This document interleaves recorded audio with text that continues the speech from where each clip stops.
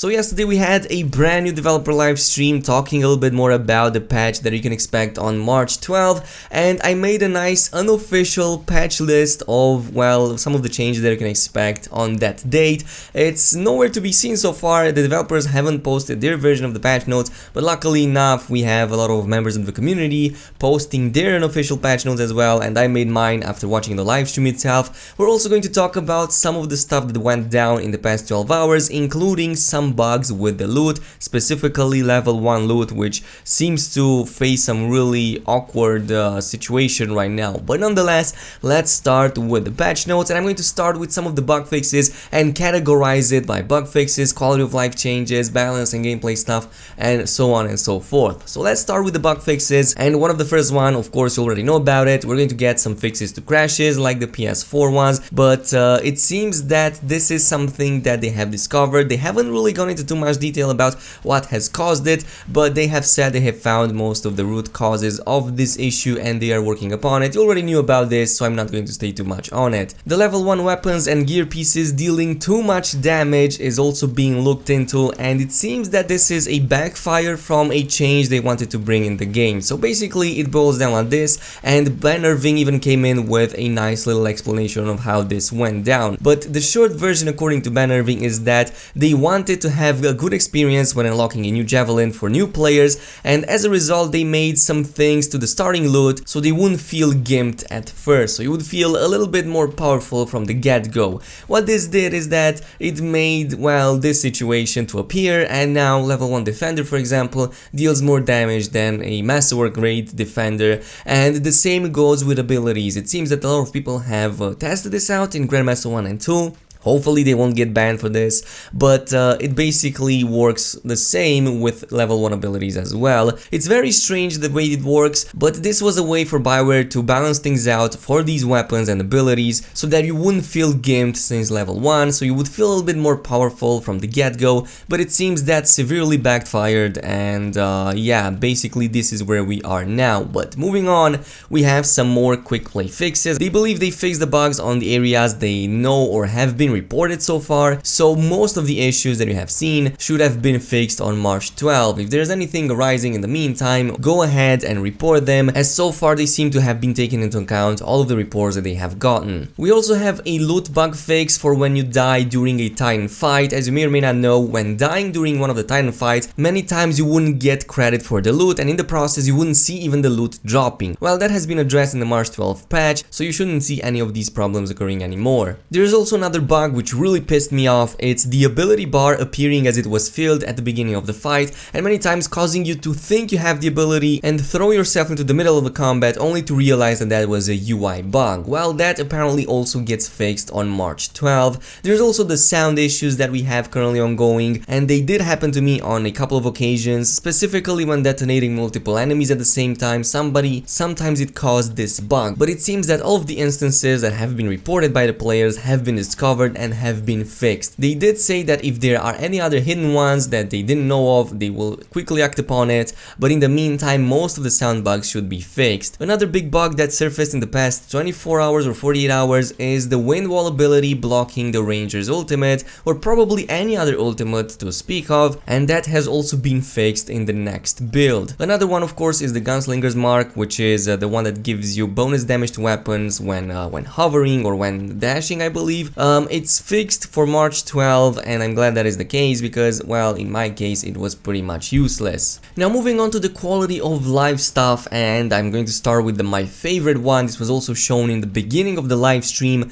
You can now start an expedition by simply holding the button regardless of where you are in Fort Tarsis. So now you don't have to be at the forge, you don't have to be at the launch bay to do so. You can simply go into the start area, press R, I believe, on the PC, and it will start the expedition from there. So no matter where you are, you can now start it, and it's a really great quality of life change. There's also some changes to the javelin traversal, specifically to the Colossus, as this was the one shown in the live stream, but now you get to move back faster after overheating and crashing into the ground. It also seems to take a little bit longer to overheat when flying, and generally speaking your reactions seem to be a little bit more agile than before. Previously the Colossus felt a little bit too cumbersome, but now it feels just right right from what I was able to see from the livestream itself. So at least for the Colossus players out there, this is most probably going to be a nice quality of life feature for you.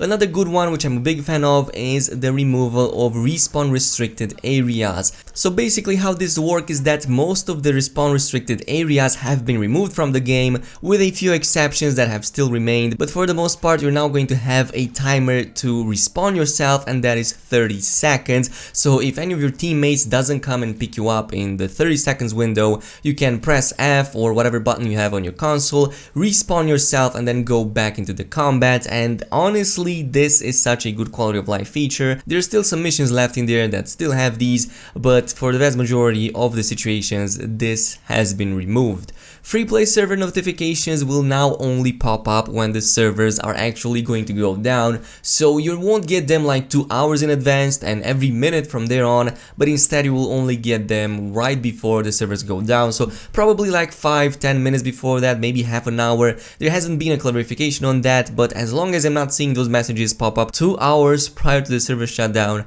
I am more than happy with that. There is also a brand new selection into the expedition screen, and this was actually removed a couple of patches ago, but we had random stronghold selection and you could queue up for any random stronghold. Well, that will be back on March 12, in case you were wondering where that feature went. Moving on to some more balancing gameplay though, here is where it gets a little bit more interesting, and this will probably benefit Grandmaster 2 and 3 the most. Specifically, I'm talking about the melee damage as well as ultimate damage, which has been rebalanced to be better at higher difficulties. It seems that on Grandmaster 2 and Grandmaster 3 there's a odd little scaling over there that pretty much means that melee damage as well as ultimate damage isn't really as effective as it should be, so that was bumped up to feel better for Grandmaster 2 and especially Grandmaster 3. It won't make them cheese, it won't make them easy, but it will balance things out a little bit and you will feel as powerful as you should be using your ultimate.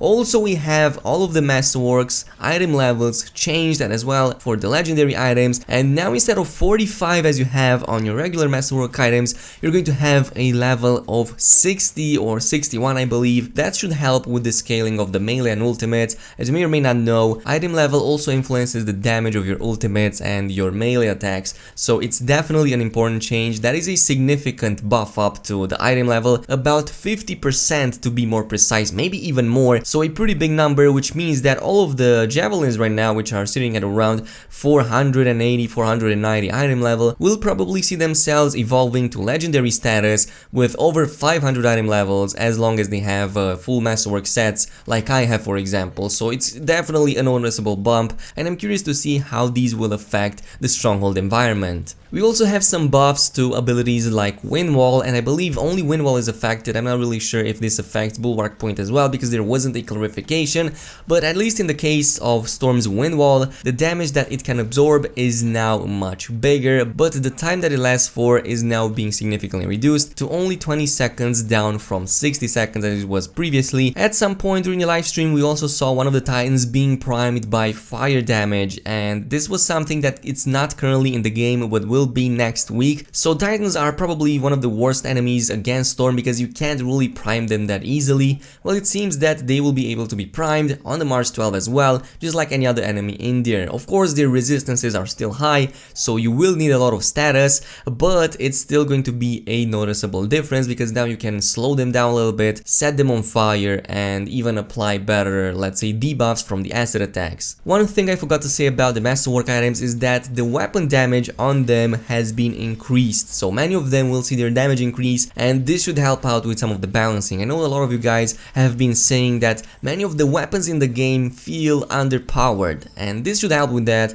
and hopefully it will. I'm really curious to see how the changes will happen, so I can feel a little bit more compelled to use other weapons instead of the few selections that I have. Moving on to the loot, which is something that a lot of you have been expecting, greens and whites will be completely removed from level 30, not just Grandmaster, level 30 completely, which means that contracts, free play, strongholds, and everything else you do at level 30 will only get you everything above green and white, so basically blue, epic, masterwork, and of course legendary. This has been shown in the live stream, and many of the chests have dropped a lot of epics, so this should help you out with at least in the beginning areas, but I didn't see any noticeable improvement in masterwork drops. So you probably can expect that the masterwork and legendary drops will remain unaffected. They will be looking though on Grandmaster 2 and Grandmaster 3 for loot.